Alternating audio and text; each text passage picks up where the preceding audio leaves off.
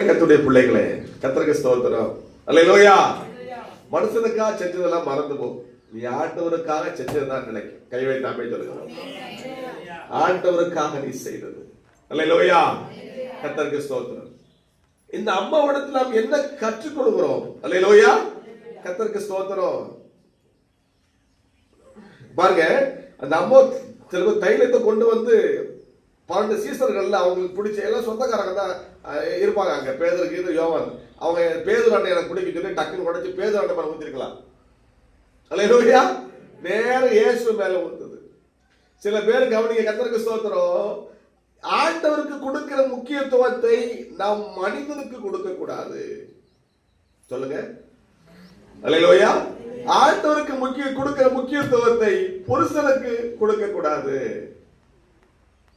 கல்லான கனவுங்கிறது அவன் தான் கல்லா போயிட்டான. அல்லேலூயா. அல்லேலூயா. ஆண்டவருக்கு கொடுக்கிற முக்கியத்துவத்தை பேரனுக்கு கொடுக்க கூடாது. ஆண்டவருக்கு கொடுக்கிற முக்கியத்துவத்தை பேத்தியாளுக்கு கொடுக்க கூடாது. ஆண்டவருக்கு கொடுக்கிற கனத்தை முக்கியத்துவத்தை நாம் எந்த தலைவனுக்கும் கொடுக்க கூடாது. அல்லேலூயா. கர்த்தருக்கு ஸ்தோத்திரம். ஒவ்வொரு ஆளுக்கும் ஒரு தலைவன். அல்லேலூயா. கர்த்தருக்கு ஸ்தோத்திரம். சினிமா நடிகர் யார் தலைவன்? அல்லேலூயா. ஆமா, ஒவ்வொரு டிபார்ட்மெண்ட்டுக்கும் ஒவ்வொரு ஆள் தலைவன்.